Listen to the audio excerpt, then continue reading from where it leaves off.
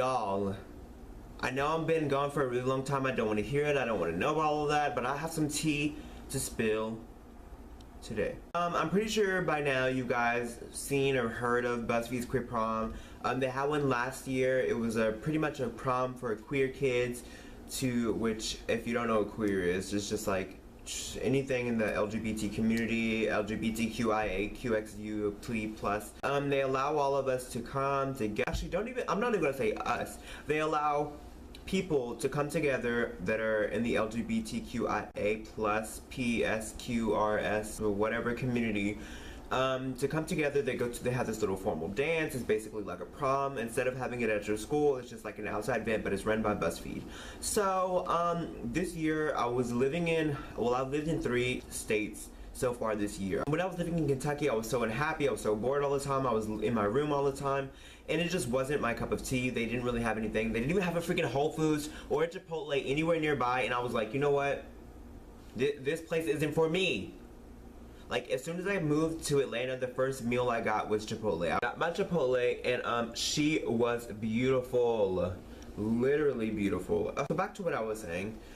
Buzzfeed has this thing every single year, so I was like, you know what, I'm unhappy in Kentucky, I'm kind of bored. I went to 3 different high schools. The final high school I went to, I graduated early, so I graduated in February. I was bored. One day I saw Buzzfeed, they posted on their community page on YouTube that they were having Buzzfeed Queer Prom 2018. This is the 2nd year they're going to be doing it. And the little application thing, you had to put in like your age, your school, just a whole bunch of random information. And then at the end, when you finally got to the end, it gives you like this entire box that's like this big. You can put in like your whole story, your information.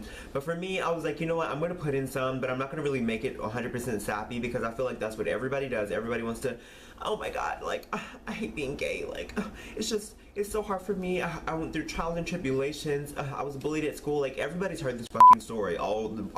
We've already heard that, you know what I mean? I was just like, you know what, let me just not. I mean, I kind of put some sappy stuff into it, but that was because it was a part of my life, not because I just wanted to exploit myself in that way. But I feel like Buzzfeed does exploit gays, and because Buzzfeed is pretty liberal, but it's like really they're annoyingly liberal. Like, they're the liberal side of liberal that nobody likes. Any extreme is never good. Of course, they exploit gays, they exploit minorities, they exploit a lot of different things, but I mean, they do it for a good reason, I guess. Like, but it gets so tiring. But like, obviously I got denied. That's why I'm making this video. So you've seen the title of the video, but I'm not upset by that, and I really want to get that expressed. I'm not upset that I didn't get a part of it. I don't know, I just wanted to tell the story because I felt like it was a really good story to tell. Like, are you kidding me? I submitted my application, and then finally I'm living in Atlanta, and I got this message from this lady. We're gonna call her Ashley. So this girl said, "Hi Javian, I'm Ashley, the head of Buzzfeed casting team at LA office. Thank you for submitting your application for Buzzfeed's Queer Prom 2018. We're happy to tell you that we're moving forward with your application. The next step is to schedule a call via Skype to talk more about you and your story. Here's some of the things we talk about." And then it tells you everything we talk about. The video chat shouldn't take more than about 10 minutes of your time. Feel free to be as open as you like with me during the interview, and don't worry how you look or act as long as you being yourself. If you have any questions, feel free to email me. You can reach out to me on this email. Please let me know when you're available to Skype. I told her originally Thursday works for me because it was one of those pre-made responses, but I was like, no, because that day it was Tuesday and I didn't want to wait 2 days to finally talk to her. So I was like, sorry, that was one of the pre-made responses, but I can Skype as early as tomorrow, whenever you're ready. And she said, let's do Thursday. Can you do 3 p.m. Eastern time? I was like, absolutely. Thank you so much for even reaching out to me. It means the world. I can't wait to chat with you. So after that, we didn't talk. We didn't have any more communication until what I'm about to tell you.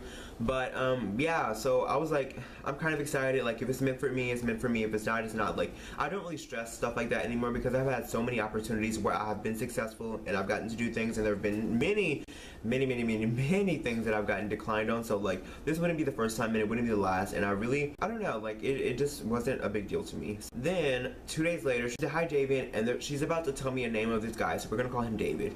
So she said, "Hi David, I'm heading home sick, and you're going to be chatting with David from my team. You're in good hands." And she gave David my Skype name. I was like, sounds good, thanks, I hope you feel better. At this point, I was like, I'm already feeling comfortable with her, so it was like kind of awkward that I have to start all over and start talking to this guy that I don't know, but I was like, you know, it's not a big deal. So then he said, "Hey Javian, I'm so excited to meet with you today. If you have any question, go ahead and let me know. I'll be speaking with you at 12 p.m.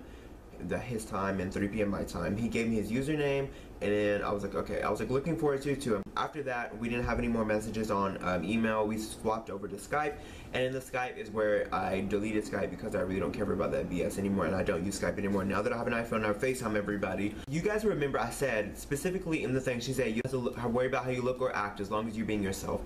tell me why. As soon as I got on the thing, he was like, okay, so we're going to be recording this, and I want you to turn your phone to the side so we can record this, and the only people that are going to be seeing it is my team, and they're all gay, so it's okay.